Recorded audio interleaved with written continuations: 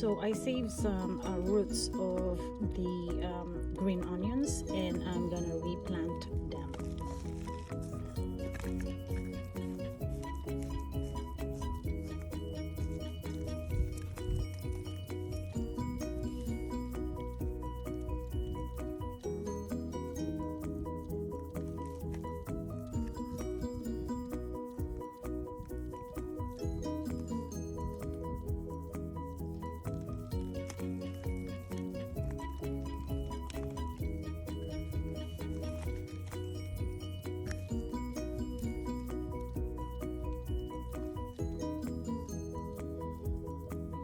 So we'll see the result soon. Thanks for watching.